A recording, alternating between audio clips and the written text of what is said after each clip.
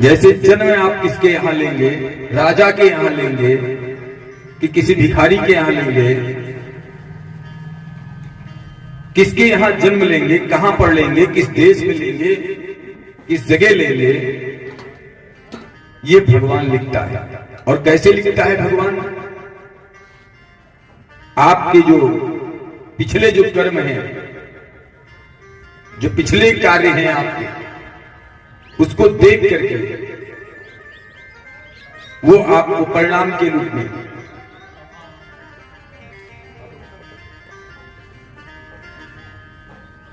कार्यों को देख करके वो आपको जन्म देता है। मतलब पहला पन्ना जो है भगवान खुद अपने हाथों से लिखता है।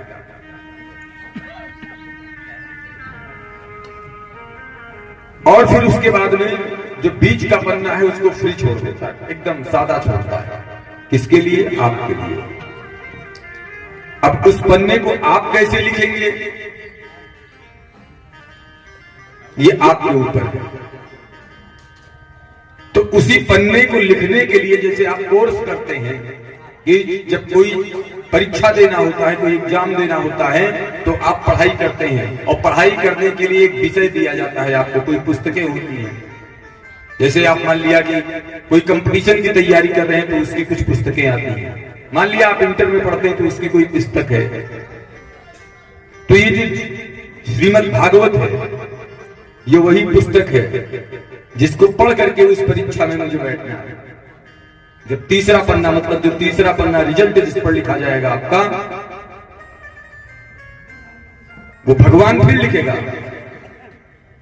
बीच वाला जो खाली पन्ना है, तो ये जो श्रीमद् भागवत है ये तैयारी कराता है। ये तीसरी जो बीच वाला पन्ना है उसको लिखने के लिए आपको जीना सिखाता है। तो जन्म से और मृत्यु तक की यात्रा, ये श्रीमद् भागवत की जो कथा है, यह मुझे इसी यात्रा के लिए रास्ता बताती है। इसमें दो प्रकार की बात है। एक देव प्रवृत्ति है और एक असुर। तो देव प्रवृत्ति क्या है? और दो प्रकार के कार्य भी होते हैं। अपने कार्य से आदमी देव बनता है और अपने कार्य से आदमी असुर बनता है। देव कब बनता है? दो प्रकार के कार्य हैं, एक अच्छा कार्य है, एक बुरा कार्य है। तो जब व्यक्ति अच्छा कार्य करता है तो वो देव बन जाता है, और जब व्यक्ति बुरा कार्य करता है तो असुर बन जाता है। तो ये श्रीमद् भागवत है, ये वही बताती है कि अच्छा कार्य क्या है और बुरा कार्य क्या है। और पूरा प्रैक्टिकल के साथ बताती है। थ्योरी और प्रैक्टिकल दोनों पढ़ा के बताती है, ऐसे नहीं केवल बताती है। 24 अवतारों का वर्णन है श्रीमद् भागवत में, लेकिन 2 अवतारों को महत्वपूर्ण बताया गया। सभी अवतारों में आए, काम किए, चले गए, न प्रतीक्षा करवाया, न कार्य में विलंब लगाया। अगर हिरण्याकश्यप का वध किया तो आए, तुरंत प्रकट हुए और काम निपटाया और गए, किसी को कोई प्रतीक्षा नहीं। लेकिन रामावतार और कृष्णावतार, ये दोनों अवतार ऐसे हुए जिसमें प्रतीक्षा भी कराया और कार्य भी रुक करके कार्य भी किया।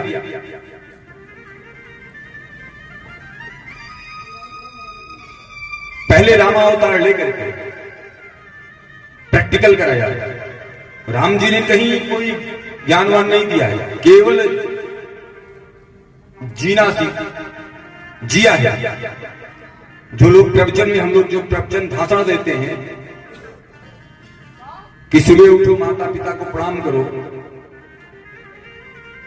तो हम मंच से बोलते हैं, लेकिन राम जी ने कहीं कभी किसी से नहीं कहा कि सुबह उठो और माता पिता को प्रणाम करो। कभी नहीं कहा, किसी से नहीं कहा। लेकिन वो खुद क्या करते थे? प्रातः काल उठी के रघुनाथा, प्रातः काल उठी के रघुनाथा, पिता गुरु नावई माथा, पिता गुरु नावई माथा।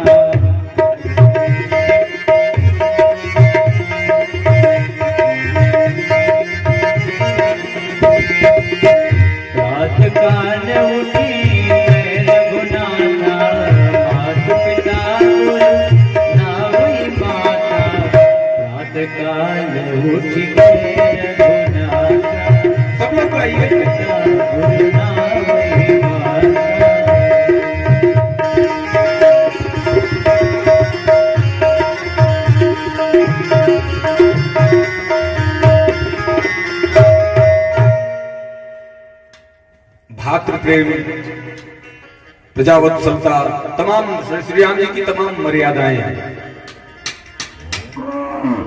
उसके बाद में कृष्णा अवतार में क्या किया उन्होंने? कृष्णा अवतार में उसी को थ्योरी में पढ़ाया, कृष्णा अवतार में प्रवचन किया। कृष्णा अवतार में इसीलिए कहा गया है राम जी ने जो किया है उसको करना है, और कृष्ण ने जो कहा है उसको करना है। बस पूरे जीवन की यात्रा, जन्म से मृत्यु तक की यात्रा उसको आ जाएगी। और फिर क्या होता है? और एक चीज इससे प्राप्त होता है क्या? जब हमें दो प्रकार के पात्र हैं, एक को जब मृत्यु का पता चलता है कि मुझे 7 दिन में मेरी मृत्यु हो जाएगी, तो मृत्यु बचाने का प्रयास, मृत्यु को बनाने का प्रयास करता है कि मृत्यु तो सबके साथ आई है, उसको कितना सुंदर तरीके से बनाया जाए। 7 दिन बचे हैं, उसको बचे हुए 7 दिन को कितने अच्छे तरीके से जिया जाए। और वो संतों के बीच में चले जाते हैं, और कंस को पता चलता है इनके पास तो मात्र 7 दिन का समय था। और जब कंस को पता चलता है कि अष्टम पुत्र मारेगा, अभी बहन को लेकर जा रहे हैं, कितने दिन बाद 8वां पुत्र पैदा होगा तब बहन मारेगा, काल होगा। तो जो सत्य है, जो होनी है, जो लेकर के आप जन्म लिए हैं, उसको टालने का प्रयास करते हैं। और क्या किया? उसको टालने के चक्कर में अपनी मृत्यु को बिगाड़ दिया और ज्यादा पाप करना शुरू कर दिया। बोलिए श्रीमद् भागवत महापुराण की। कल हम लोगों ने कंसवध की कथा सुनी, और उसके बाद में कंस के 4 और भाई थे, 4, उनको जो है उनका उद्धार किया कन्हैया ने।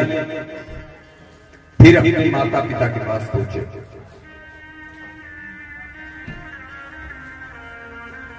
गए, प्रणाम किया। अभिवादनशीलस्य नित्यं वृद्धोपसेविनः, नीति शास्त्र कहता है अभिवादनशीलस्य नित्यं वृद्धोपसेविनः चत्वारि तस्य वर्धन्ते आयुर्विद्यायसो बलम्। व्यक्ति को 4 चीजें हमेशा सबको जरूरत है। कोई ऐसा भी है जिसको 4 चीजें नहीं चाहिए? आयु, यश, विद्या, बल, ये 4 चीजें हैं किसको नहीं चाहिए? पूछिए कि भैया आपको आयु नहीं चाहिए, कहेंगे अरे नहीं भैया ज्यादा जीना है। बल, निर्बल, आप निर्बल बनना चाहेंगे? कोई निर्बल नहीं बनना चाहेगा। कोई ऐसा भी है जिसको विद्या नहीं चाहिए, कहेगा भैया इतनी विद्या चाहिए कि सबसे ज्यादा बुद्धिमान हम हो जाए। तो 4 चीजें जब नीति शास्त्र कहता है कि 4 चीजें बढ़ानी है, 4 चीजें इनसे बढ़ती हैं,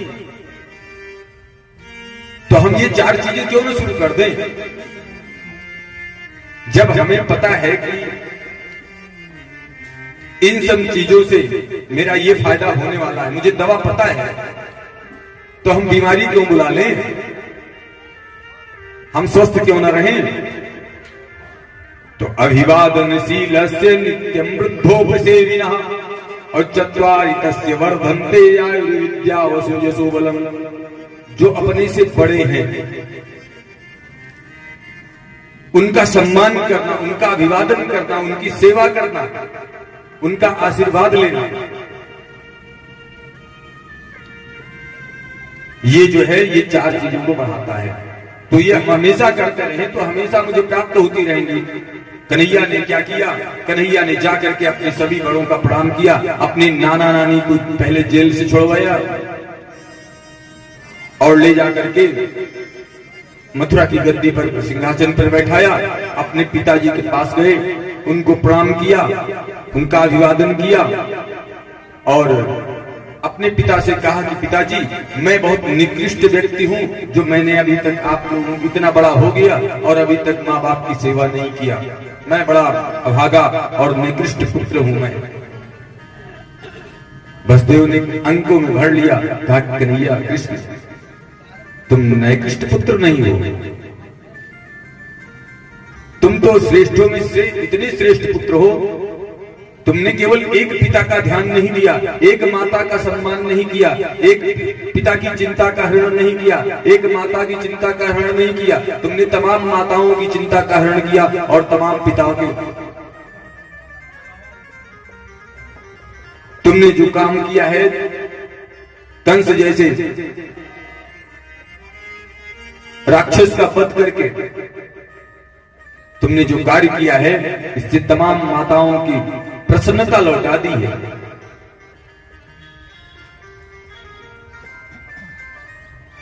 तुमने कोई कमी नहीं रखी है। देवकी के पास जाते हैं, देवकी मां को प्रणाम करते हैं कन्हैया, और देवकी मां एक ऐसी है कि एक एक दिन उनको याद रहता है भाई, एक एक दिन याद रहता है। वो जब देखती हैं तो 11 वर्ष 56 दिन बीत चुका है, 57वां दिन चल रहा है। वो कहती हैं कि वाह यशोदा, तुमने मेरे लल्ला को, तुम्हारा एहसान मैं कभी नहीं भूल सकती। तुम्हारे मैं 1 घंटे का बालक भेजा था, 1 घंटे का लल्ला भेजा था अपना, और उसको तुमने 11 वर्ष 56 दिन में ऐसा बना दिया, इतना खिलाया पिलाया, इतनी सेवा की, ऐसा पालन पोषण किया कि आज वो 11 वर्ष 56 दिन का बालक लगता है कि 20 वर्ष का है। और चिपटा लेती हैं देवकी, कन्हैया को अपने गले से लगा लेती हैं। अच्छा, इधर नंद बाबा और सब गए हुए थे जो मथुरा में। कन्हैया ने कहा अब इनको भी वापस करना है। कन्हैया गए, नंद बाबा से कहा, बाबा ने कहा कि कन्हैया चलो। जितने ग्वाल वाले हैं सब कहने लगे कन्हैया चलो। जैसे ही नंद बाबा ने कहा कन्हैया से चलने के लिए, कन्हैया ने कहा बाबा आप चलो, हम परसों आ जाएंगे। बाबा एकदम, नंद बाबा शांति, क्योंकि उनको पता भी चल चुका था कि ये मेरे पुत्र नहीं है। एकदम शांति हो गए, ना हंसना, जिसको दोनों ना आए। जब ज्यादा कभी कोई तकलीफ होता है तो रोना भी नहीं आता। जब हंसना और रोना दोनों ना आए तो उस स्थिति में बाबा के साथ, नंद बाबा के साथ वही हो रहा है। नंद बाबा एकदम लगने लगा कि कोई मूर्ति जैसे, और ना कुछ बोल रहे हैं ना, सीधे केवल चल देते हैं, वापस घूमते हैं और चल देते हैं। कन्हैया के साथ कोई छोटा सा एक ग्वाल और आया था, जो कन्हैया की उंगली पकड़ करके आया था। उसने दौड़ करके कन्हैया की उंगली पकड़ी और कहा कन्हैया चलो ना। कन्हैया ने कहा कि तुम चलो, परसों आ जाएंगे। उसने कहा कन्हैया आप आना, चलना नहीं चाहता।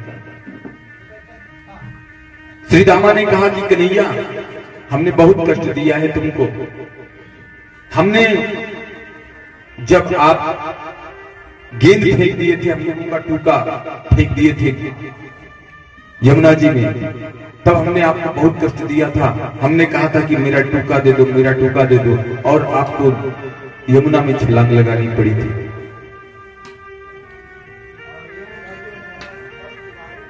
ऐसे ऐसे कन्हैया को, कन्हैया ने कहा नहीं आप लोग चलिए, हम ग्वाल वालों को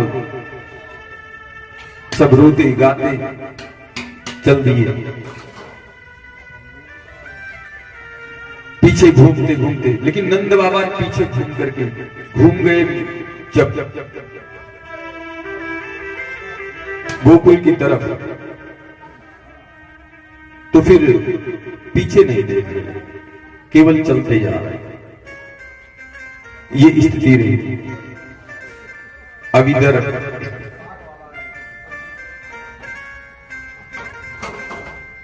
देखिए, पुत्र कितना भी प्यारा क्यों न हो, बहुत कितना भी प्यारा हो, तो जब वो पढ़ने वाला हो जाए तब वो प्यार बीच में नहीं आना चाहिए। खूब खिलाओ, खूब पढ़ाओ, खूब सेवा करो, लेकिन बाबा ने यही किया, स्नेह और प्यार को, ममता को बीच में नहीं आने दिया। यज्ञोपवीत संस्कार कराया, मुंडन संस्कार कराया, फिर जानते हैं उनको वो नीति शास्त्र का वो श्लोक याद आ गया, माता शत्रु पिता वैरी। बसदेव जी को वो श्लोक याद आया, माता शत्रु पिता वैरी येन बालो न पाठिता न शोभते सभा मध्ये हंसवदेव को यथा। जब अपना बालक पढ़ने वाला हो तो उसको खूब शिक्षा दिलाइए, जितनी सुविधा दे पाइए उतना दीजिए। अगर आप वो नहीं कर पाते हैं तो वो सबसे बड़े दुश्मन आप माता पिता माने जाते हैं, जिसने अपने बालक को उचित शिक्षा नहीं दी। हाँ, मान लिया कि आप धन में कमजोर हैं, कोटा नहीं भेज सकते, तो जितनी व्यवस्था कर सकते हैं उसको। आजकल क्या होता है, छोटे छोटे बालकों को लोग काम में लगा देते हैं, जबकि तमाम जो है सरकारी सुविधाएं मिलती हैं। अगर ऐसा किसी के मोहल्ले में, गांव में, गलियों में है तो लोगों को थोड़ा सा उनको प्रेरित करना चाहिए विद्यालय जाने के लिए। खर्चे भी नहीं देंगे, थोड़ा सा प्रेरित करना है कि सरकारी विद्यालय है, तमाम गवर्नमेंट सुविधाएं मिलती हैं। बोलिए श्री कृष्णचंद्र लाल की। बसदेव जी ने भेजा कहां? उज्जैन में संदीपन ऋषि हैं, संदीपन ऋषि के यहां भेजा कृष्ण और बलराम जी को पढ़ने के लिए। कृष्ण और बलराम जी वहां संदीपन ऋषि के यहाँ अल्पकाल विद्या सब पाई, सभी विद्याओं को प्राप्त किया, और वही सुदामा जी से मित्रता भी हुई। और जब विदाई लेने लगे गुरु माता से कन्हैया, तो गुरु माता समझ गई कि ये भगवान है, कुछ ऐसा कर सकते हैं। गुरु माता ने कहा, कन्हैया जब से तुम लोग आए थे, यहां रहने लगे थे हमारे आश्रम में, गुरुकुल में, तब से मैं अपना पुत्र भूल गई थी। मेरा भी एक पुत्र था और उस पुत्र को कोई उठा ले गया था, कोई राक्षस को उठा ले गया था। लेकिन तब तक आप लोग आ गए, तो जब आप लोग यहां रहने लगे तो इतना पुत्र वाला प्रेम दिया, प्यार दिया, स्नेह दिया तुम लोगों ने कि मैं अपने पुत्र को भूल गई। और आज जब फिर जा रहे हो तो मुझे अपना पुत्र याद आ रहा है, तो मेरा पुत्र ला करके मुझे दे दो। बलराम जी और कन्हैया दोनों समुद्र में छलांग लगा दिए। समुद्र में पहुंचे तो समुद्र ने हाथ जोड़ करके कहा कि हमारे पास तो है नहीं तुम्हारे गुरुजी का पुत्र, लेकिन एक राक्षस यहां छुपा हुआ है, पंचजन्य। भगवान ने उसका उद्धार किया। फिर यमपुरी गए, और जब यमपुरी गए तो जब किसी जज ने, कोई भी जज, चाहे वो सुप्रीम कोर्ट का क्यों ना हो, किसी को अगर फांसी दे दे और राष्ट्रपति तक उसकी फाइल पहुंच जाए, राष्ट्रपति अगर उसको माफ कर दे तो, लेकिन तो यही हुआ यहां पर।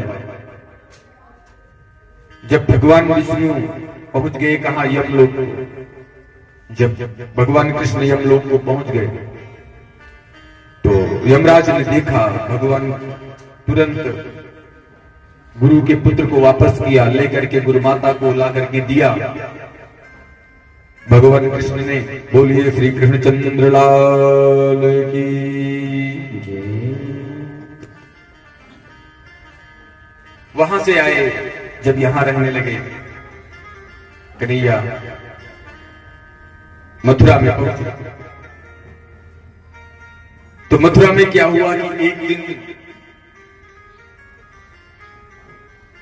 देव की माई के मन में आया, क्योंकि कुछ दिन तक पहले तो उधर ब्रज में रहे कन्हैया, वहां से आने के बाद में तुरंत चले गए संदीपन ऋषि के यहां। तो मां की ममता जगी, प्रेम जगा। सोचा आज कन्हैया को मैं अपने हाथों से कुछ खिलाऊंगी बना करके। अच्छा, और कन्हैया आने के बाद में एकदम गुमसुम चुपचाप बैठे रहते हैं, सुस्त रहते हैं, न किसी से बोलते हैं न किसी से डूबते हैं। और तो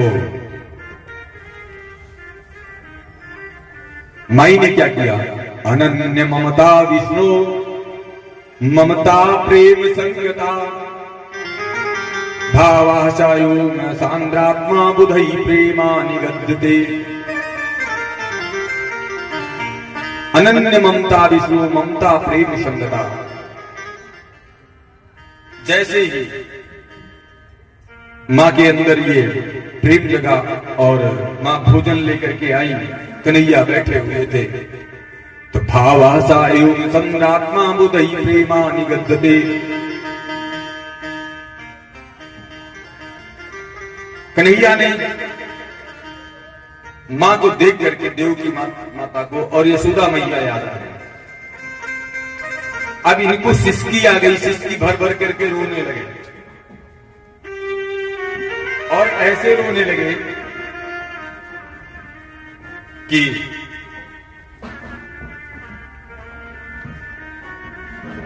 इतना रोने लगे कि घबरा गई देव की मैया। जब देव की मैया घबरा गई तो जितना ही पूछते हैं देव की मैया की, कन्हैया क्या बात है, उतना ही रोते हैं। जानते हैं क्यों रोते हैं?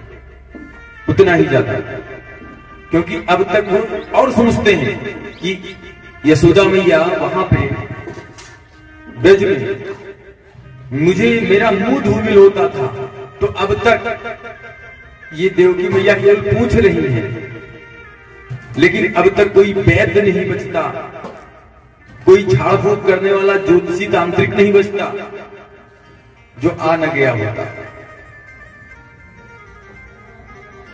और बहुत सिसकारी भर भर करके, उतने ज्यादा जितने पूछती हैं उतनी सिसकारी भर करके रोते हैं। तो जानते हैं तब यशोदा मैया तुरंत, वो देव की मैया तुरंत पहुंच जाती हैं बसदेव बाबा के पास। बसदेव बाबा से कहती हैं कि चलो देखो कन्हैया को क्या हो गया है। बसदेव जी आते हैं, बसदेव जी कन्हैया से पूछते हैं, कन्हैया क्या बात है, क्यों रो रहे हो? लेकिन अब बसदेव जी की भी समझ में नहीं आ रहा है, क्योंकि बसदेव जी भी कन्हैया के साथ जिए तो है नहीं, रहे तो है नहीं। बसदेव जी भी उनके स्वभाव को नहीं जान पा रहे हैं। जब नहीं जान पा रहे हैं तो तब तक उसी समय उद्धव जी आ जाते हैं। उद्धव जी आते हैं तो उद्धव जी ने पूछा क्या बात है कन्हैया, क्या बात है? तो जैसे ही उद्धव जी ने पूछा कन्हैया क्या बात है, तो कन्हैया उठ करके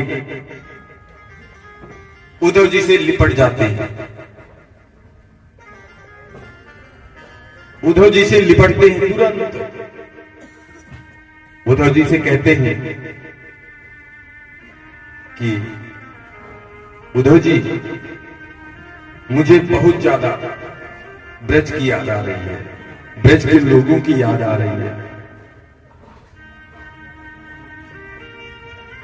कहा ब्रज के लोगों की याद आ रही है? कहा हाँ। बताने लगते हैं, कहते हैं उद्धव मोहि ब्रज बिसरत नाही, उद्धव मोहि ब्रज बिसरत नाही, उद्धव मोहि ब्रज बिसरत नाही,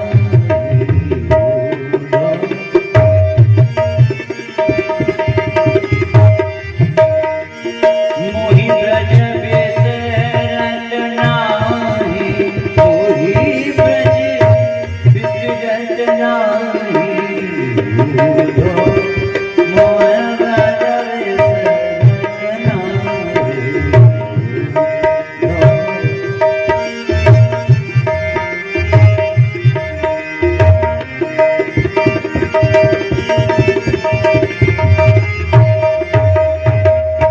हंस सुता को सुंदर कलरो और कुंजन की छाही, उद्धव मोहि ब्रज बिसरत नाही, मोहि ब्रज बिसरत नाही, बिसरत नाही,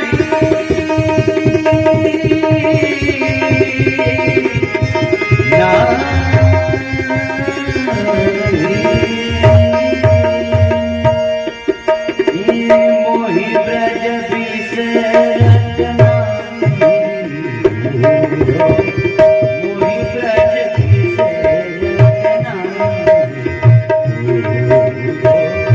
मोहि ब्रज बिसरत नाही।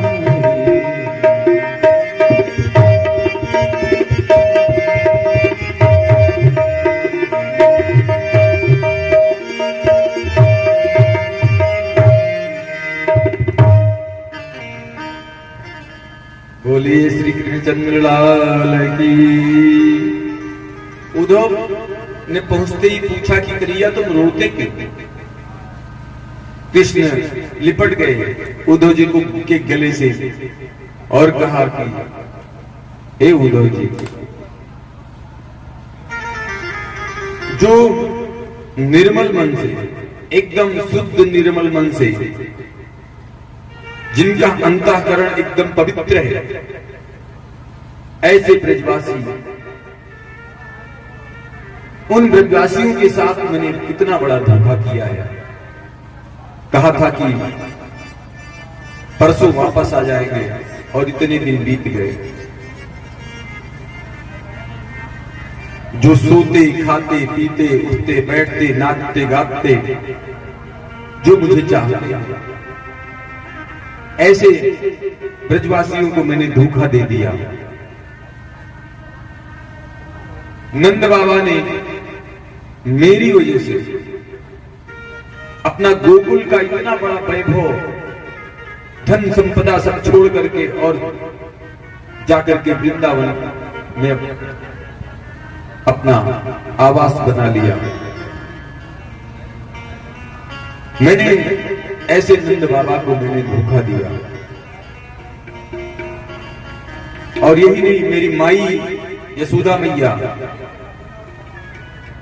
थोड़ा सा दूध कम हो गया, अगर मैंने आज थोड़ा सा कम दूध पी लिया, एक चम्मच, तो सभी वैद्य सभी तांत्रिक सबकी लाइन लग जाती थी। और यही नहीं, जैसे मैं मुरली बजाता था, मेरी मुरली की धुन सुनते ही वहां की गायें सब घेर लेती थी मुझे चारों तरफ से।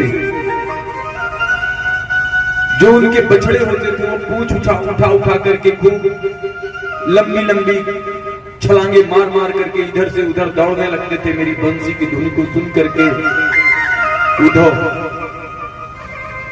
और जैसे ही मुरली मेरी बंद होती थी तो जितनी गायें थी सब मेरी तरफ देखने लगती थी और उनके भाव से उसके देखने से ये लगता था कि मानो वो कहती हूं कि हे कन्हैया और बजाओ और बजाओ और बजाओ।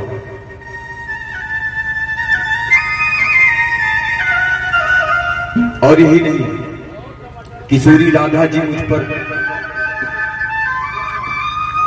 जिनकी मेरे ऊपर महती कृपा रहती है,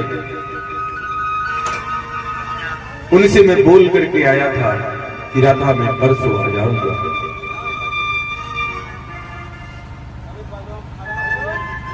तो उद्धव ने कहा अगर ब्रज के लोग, उद्धव से कहा कृष्ण ने कि अगर ब्रज के लोग मुझे अगर याद न करें, अगर ब्रज के लोग मुझे याद करना बंद कर दें तो हमें उनका स्मरण आना बंद हो जाए।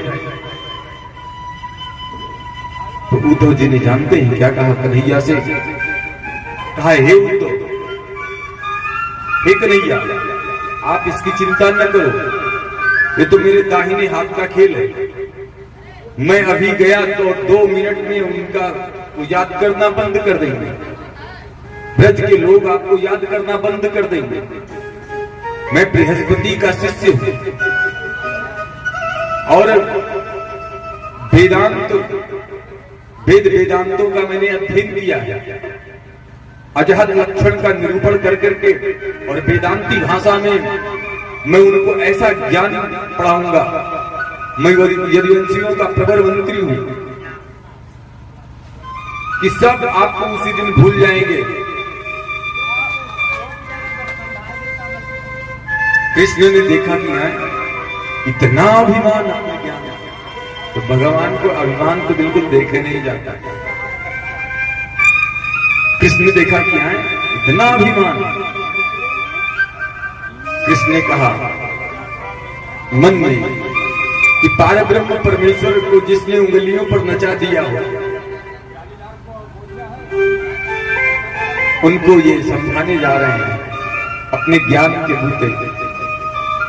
भगवान ने कहा कि जल्दी जाओ। तो कहा कि कैसे जानेंगे? तो कृष्ण ने उसी रथ को दिया जिस रथ पर गए आए थे, अक्रूर जी जिस रथ पे लाए थे, उसी रथ को सजाया और पीतांबर दिया अपना, वही डाला। पीतांबर क्या, वहां तो कमरी होती थी, कपड़े कहां होते थे, वस्त्र कहां होते थे जब कन्हैया वहां रहते थे। उस कमरी को दिया और उसको पहन करके उद्धव चलते हैं।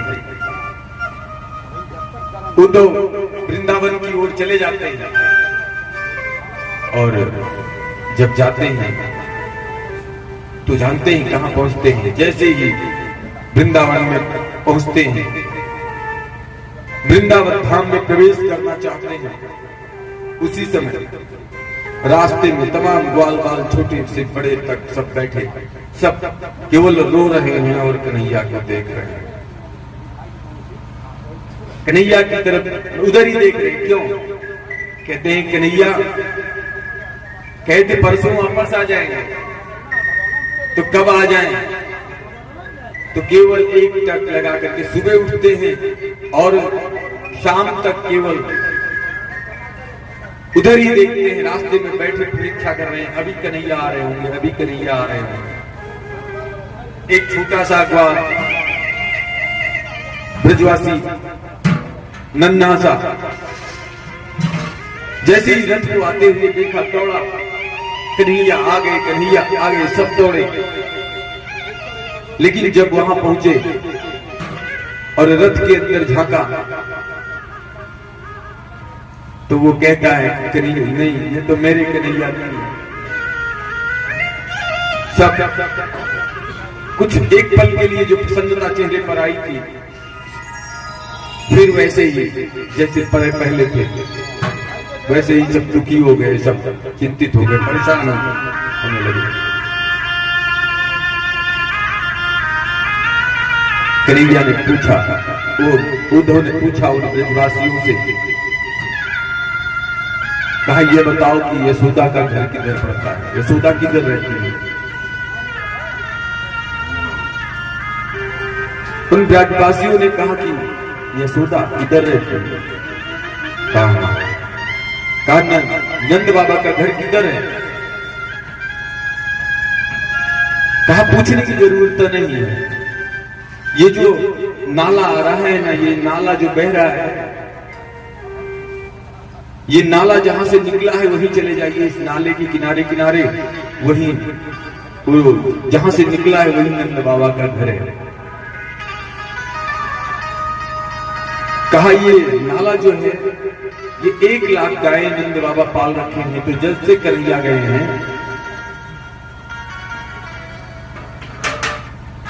वो गाय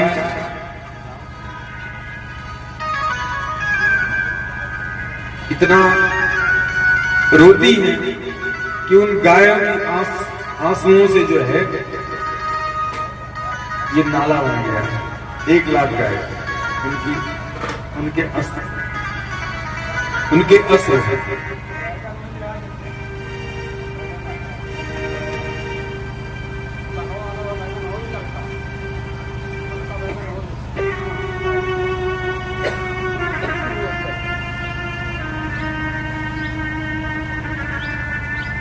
एक लाख गायों के आंसू हैं जो आपको दिख रहे हैं। वो तो जाते हैं, पहुंचते हैं तो यशोदा मिलती है। जैसे यशोदा मिलती है, यशोदा को देख करके उद्धव जी चुपचाप खड़े हो जाते हैं। यशोदा जी इनको देख करके तुरंत कहती हैं सुनो सुनो सुनो। जैसे इन्होंने यशोदा जी चुपचाप बैठी हुई है, यशोदा मैया, उद्धव जी ने आवाज दिया, ए यशोदा, ए यशोदा। यशोदा मैया ने तुरंत घूम करके कहा अल्लाह नहीं बचाना, अल्लाह नहीं बचाना।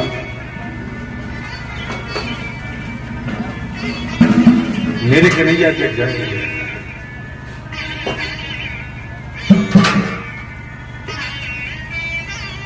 फिर उद्धव जी ने कहा कि तुम्हारे कन्हैया कैसे जग जाएंगे। कहा नहीं, चलो देखो मेरे कन्हैया मेरे पालने पर अभी मैं लिटा करके आए हैं। उद्धव जी साथ में जाते हैं, अंदर जाते हैं। जब पहुंचते हैं तो कन्हैया अंदर पहुंचती हैं तो कहती है यशोदा मैया उद्धव से, ए उद्धव, अरे मैं तो भूल ही गई थी, मेरा कन्हैया तो बहुत वर्षों, कई वर्ष पहले वो मथुरा जा चुका है, लेकिन मैं भूल गई थी। मैं इसी पालने पर अपने कन्हैया को खिलाती थी, वही मुझे याद था।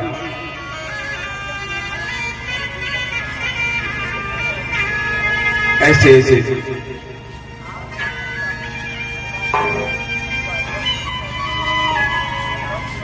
कन्हैया ने कहा, उद्धव ने कहा मुझे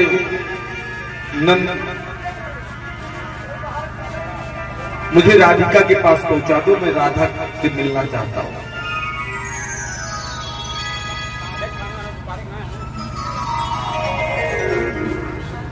राधा के पास जब जाते हैं, वो लेकर के जाती है, यशोदा मैया खुद लेकर के जाती हैं। उद्धव जी ने कहा कि मुझे केवल देखना है कि वो क्या करती है, कैसे रहती है। तो क्या देखती हैं, राधा जी बैठी हुई है और सब गोपिकाएं बैठी हुई है, आपस में सब बात करते हैं, सब जितनी हैं सब बात करती हैं।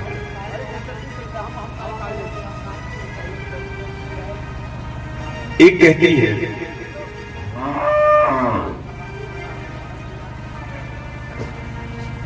कहती है कि ए राधा, और उद्धव जी सब सुन रहे हैं, ए राधा, आज मैंने स्वप्न में देखा कि कन्हैया बंसी बजा रहे हैं, और जब मैं पहुंची, दौड़ी बंसी की आवाज सुन करके, तब तक मेरी आंख खुल गई। तब तक दूसरी कहती है, कन्हैया वो राधा, आज मैं गई थी पनघट पे पानी भरने के लिए, और जब मैं पानी भरने के लिए पनघट पर पहुंची तो कन्हैया, ये स्वप्न में मैं देख रही हूं कि कन्हैया ने मटकी भर करके मेरे सर पे रख दिया, और जब मैं देखना चाहिए घूम करके तो तब तक मेरी आंख खुल गई। ऐसे ऐसे गोपियां सत्संग कहती हैं, और ये सब सुन रहे हैं, उद्धव जी पीछे खड़े सुन रहे हैं, देख रहे हैं। ऐसे ही एक पूछती है, फिर एक सहेली पूछती है, कहती है, हे राधा, ये बताओ तुम क्या सपने में नहीं देखती हो कभी कन्हैया को, जैसे हम लोग स्वप्न में देखते हैं? राधा ने कहा, हाथ जोड़ करके कहा, स्वप्ने पश्यन्ति यः कांतम धन्यास्ता सखियोषिता अस्माकं तु गते कान्ते गता निद्रापि वैरिणी। कहा, हे सखी, तुम तो भाग्यशाली हो जो कम से कम स्वप्न में तुम कन्हैया को देख पाती हो। तुमको नींद आती है और तुम उस नींद में सब कन्हैया को देख लेती हो, लेकिन मैं क्या करूं, जब से कन्हैया गए हैं तो मेरी जो निद्रा है, मेरी सवर निद्रा, ये कन्हैया के साथ चली गई, और जब कन्हैया के साथ चली गई तो मैं स्वप्न में भी नहीं देख सकती कन्हैया को। और ये सब पीछे बैठे हुए सब वो देख रहे हैं, खुद को उद्धव जी दूर खड़े ये सब बातें सुन रहे हैं। जब नींद भी, जो रात में जब नींद आएगी, जो सोएगा, स्वप्न तो उसी को दिखेगा ना। उद्धव जी इन सबको देख करके उनका जितना ज्ञान था, एक वृक्ष के पीछे खड़े खड़े उद्धव जी सब देख रहे हैं। तब तक उद्धव जी ने क्या देखा, एक भौरा उड़ता हुआ आता है, और वो भौरा उड़ते उड़ते जो है राधा रानी के पास पहुंच जाता है। राधा रानी ने जैसे भौरे को देखा, कहा, ए भौरे, तू जितना काला है ऐसे काले कन्हैया है,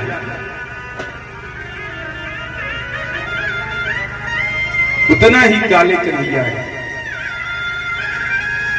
और तू मेरी बातों को सुनने आया है।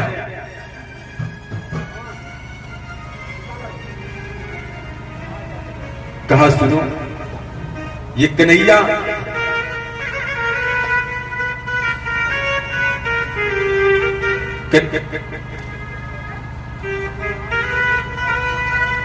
कहा कि जैसे तुम मुझे बार बार मेरे पैरों पर आकर के गिरते हो, मुझे तकलीफ देते हो, ये तकलीफ मुझे न दो। मधुपकित बंधो मम स्पृशामृत शपथ्या कुछ विलोलित मालाकुंक कुंकुप्रवीर्णः बहतु मदपतिस्तन्मानिनीनां प्रसादम् यद् सदसि विडम्ब्यं यस्य दुष्टुष्टुमीदृक्। कहा तुम्हारी मूंछों में कुछ लगा है, जैसे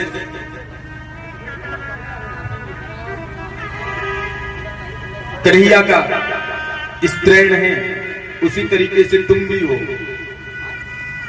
और परिचरित कथम तत् पाद पद्मंतु पद्मा सीता उत्तम श्लोक जल्पई। तुम, मुझे लगता है कि तुम कृष्ण के उस कपटी के पठे हुए दूत हो। और कहा तुम उस कपटी के पठे हुए दूत हो। ये बताइए क्या विचार बिगाड़ा था बाली ने? मृगयूरु कपींद्रम, गोपी कहती है भौरे से, राधा कहती है भौरे से। उस बाली ने क्या बिगाड़ा था जिसको छुप करके मार दिया? कितना छली है।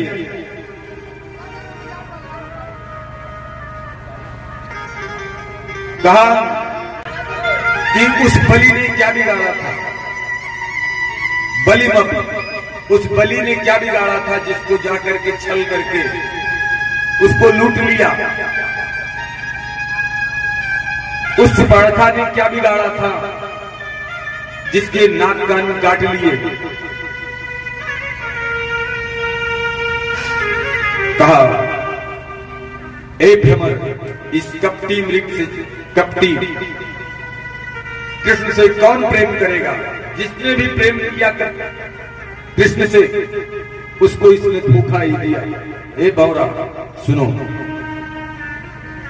मोरध्वज ने प्रेम किया तो बेटे के सिर पर आरा चलाना पड़ा मोरध्वज को। हरिश्चंद्र ने प्रेम किया तो डोम के यहां बिकना पड़ा, पत्नी सहित बेचना, पत्नी और बच्चों को भी बेचना पड़ा। राजा शिव ने प्रेम किया तो शरीर काट करके तराजुओं पर चढ़ाना पड़ा।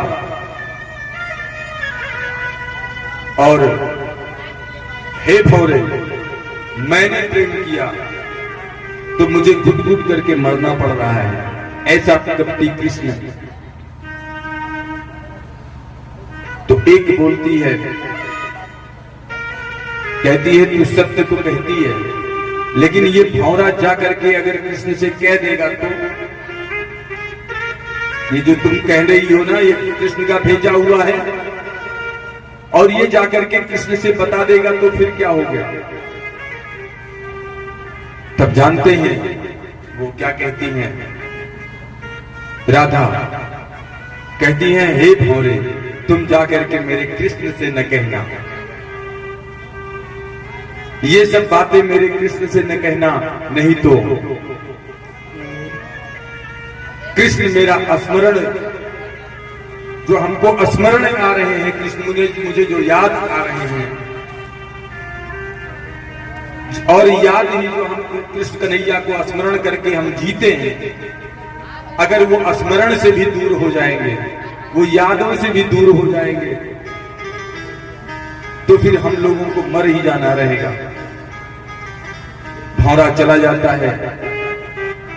उद्धव जी ने ये स्थिति देख करके, उद्धव जी का जितना ज्ञान था, उद्धव जी का सब, वो ज्ञान कहां चला गया पता नहीं। उद्धव जी पहुंचे अब समझाने के लिए। कहा ये बताओ, गोपियों से कहा, राधा से कहा ये बताओ कि तुम लोग, वेदों से मुझे पता चला है, संतों से पता चला है कि जो कृष्ण है वो साक्षात परब्रह्म है। राधा से कहते हैं उद्धव जी, अभी तक सुन रहे थे, देख रहे थे, अब बात करना शुरू किया, समझाना शुरू किया। कहा मुझे पता चला है कि कृष्ण जो है साक्षात ब्रह्म है। मैं बृहस्पति का शिष्य हूं, गुरुदेव ने मुझे ये चीज बताया है। और जब वो साक्षात ब्रह्म है तो ब्रह्म को किसी भी रूप में याद किया जाए। कहा ब्रह्म को हाथ नहीं होता, पैर नहीं होते, निर्गुण ब्रह्म को भी याद किया जाए, उस ब्रह्म को याद किया जाए। बिनु पग सुनई चलई बिनु गाना, बिनु पग चलई सुनई बिनु गाना। ऐसे ब्रह्म को भी याद किया जाए और फिर आपका मन जब उस ब्रह्म में लग जाएगा तो आपका भटकाव कम हो जाएगा। तो पीछे एक गोपी खड़ी रहती है, उसने कहा कि सुनो, ये जो आप उसकी बात करते हैं वो तो ठीक है, लेकिन एक समस्या है। आप जो बता रहे हैं कि हम उसको याद करें, तो समस्या ये है कि एक ही मन था, एक ही मन था जिसको हमने उस मन को लेकर के जब कृष्ण जाने लगे उसी दिन साथ में लेकर के चले गए। मन एक ही तो होता है ना सबके पास। तो जिसके पास मन होगा कोई दूसरा, तो वो दूसरा, वो बिनु पग चले सुने बिनु काना वाले को वो याद करेगा, वो मन देगा। लेकिन जब एक ही मन था वो कृष्ण ले गए, उधो मन न भये 10-20। हे उधो जी, मन तो 2-4-10 होते नहीं है, एक ही होता है। एक हुतौ सौ गयो श्याम संग को आराधय ईश। जो श्याम के संग चला गया, जो कृष्ण के संग चला गया, एक ही मन था, अब दूसरा है नहीं। तो जिसको आप निर्गुण ब्रह्म की जो उपासना करने की बात करते हैं, निराकार ब्रह्म की जो उपासना करने की बात करते हैं, तो हम किस मन से उसकी उपासना करें, उसको कैसे याद करें? एक काम करो, तुम तो सखा श्याम सुंदर के शकल योग के ईश। सुनो, अब और कुछ नहीं है, कृष्ण ही। कृष्ण कृष्ण तन कृष्ण मन, कृष्ण ही हमारो धन। कृष्ण तन कृष्ण मन, कृष्ण ही हमारो धन। कृष्ण तन कृष्ण मन, कृष्ण ही हमारो धन। कृष्ण तन कृष्ण मन, कृष्ण ही हमारो धन। कृष्ण तन कृष्ण मन, कृष्ण ही हमारो धन। आठों याम कूदो हमें कृष्ण ही सुकाम है। आठों याम कूदो हमें कृष्ण ही सुकाम है। आठों धाम कूदो, आठों याम कूदो हमें कृष्ण ही सुकाम है। आठों याम कूदो हमें कृष्ण ही सुकाम है। बोलिए श्री कृष्ण चंद्रलाल की, राधा रानी सरकार की जय। कहा मुझे वो बिनु पग चले सुने बिनु काना वाले से मेरा काम नहीं है। मेरा जो कार्य है, जो मेरा कार्य कर पाए, जब उसके हाथ नहीं है, उसके पैर नहीं है, तो मेरा कार्य वो कैसे कर पाएगा? सुनो, हे उद्धव, निर्गुण का जो अर्थ है, निर्गुण का अर्थ ये हुआ कि एक गुण, निर्गुण। निर माने जिसके पास प्राकृतिक गुण न हो, वही निर्गुण। ये सब गोपियां कहती हैं उद्धव से। और सगुण का अर्थ है जिसके पास कोई दिव्य गुण हो, सुंदर गुण हो, सगुण। सगुण माने सुंदर गुण वाला, दिव्य गुण वाला, वो सगुण हुआ। और जिसके पास ये प्राकृतिक गुण न हो, वो निर्गुण हुआ। तो मेरे जो कृष्ण हैं, उनमें संसार का गुण नहीं है। जब संसार का गुण उनमें नहीं है तो सगुण है। कृष्ण ही सगुण है। और उसमें दिव्य गुण भी है। सगुण मतलब दिव्य गुण है।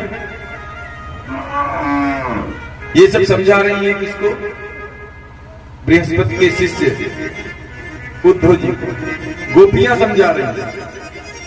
क्या सुनो, तुम कहते हो उसके पैर नहीं है, और जब पैर नहीं है तो गाय कैसे चराने गया? और तुम कहते हो हाथ नहीं है, तो जब हाथ नहीं है तो मटकी कैसे उतारी? तुम कहते हो मुख नहीं है, तो जब मुख नहीं है तो माखन कैसे खाया? हे उद्धव, तुम बौराई गए हो, पगलाई गए हो, ऐसे सब कहने लगे। कहा उद्धव तुम बौराई गए, पगलाई गए। उद्धव तुम भई बौरे, पाती लेकर आए दौड़े, और योग कौन जाने यहाँ रोम रोम श्याम है। तुम योग की बात बताने आए हो, और यहाँ योग योग नहीं, यहाँ शब्द रोम रोम में कन्हैया समाये हुए हैं, योग योग रोम रोम में श्याम समाये हुए हैं। तुम कहते हो कि सब में ब्रह्म व्याप्त है, कहीं उद्धव जी, और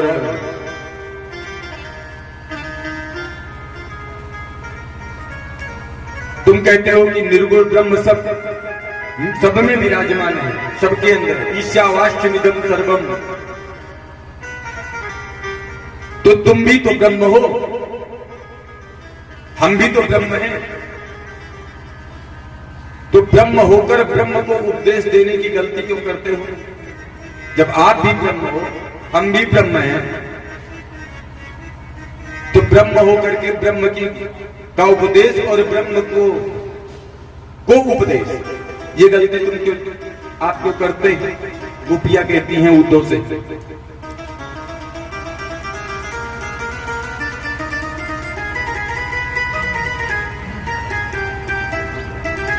बोलिए श्री कृष्णचंद्र लाल की। सब जानते हैं क्या कहते हैं?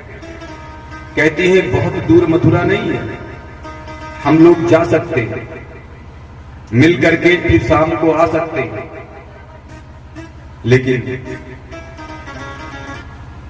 हम लोग नहीं जाते। ये ब्रजमंडल की गोपियों का प्रेम है भगवान के कन्हैया के प्रति। और उद्धव ने देखा और उद्धव का ज्ञान भगा, और उद्धव भगे यहां से। बोलिए श्री कृष्णचंद्र लाल की। अब हम कथा को आगे बढ़ाएंगे। सब उद्धव से कहती हैं कि सुनो, कन्हैया कन्हैया पुकारा करेंगे,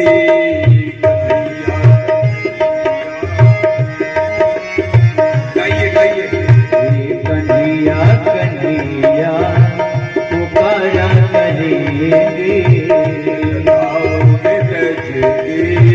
गुजारा करेंगे, लताओं में ब्रज के गुजारा करेंगे।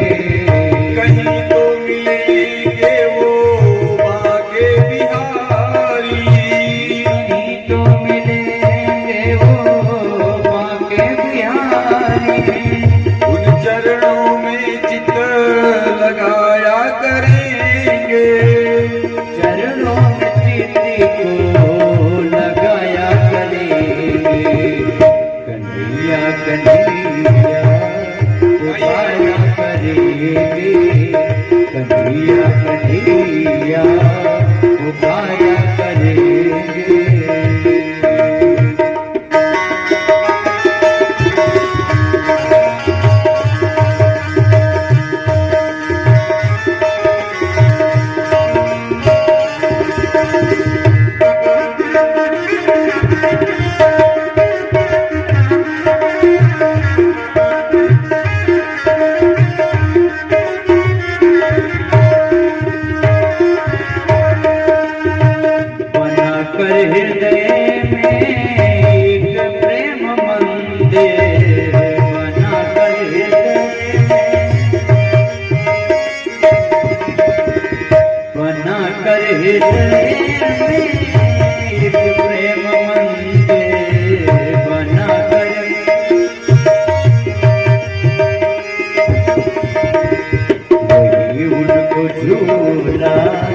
झुलाया करेंगे, वही उनको झुलाया करेंगे। कन्हैया कन्हैया पुकारा करेंगे, लताओं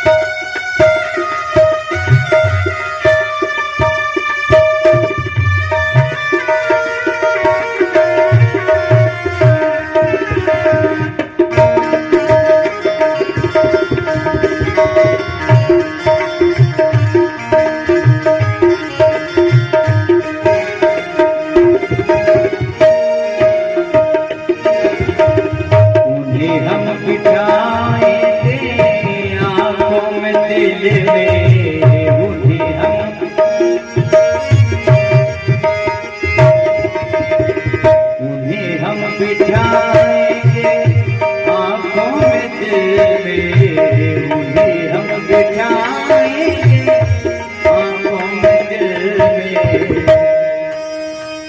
उन्हीं से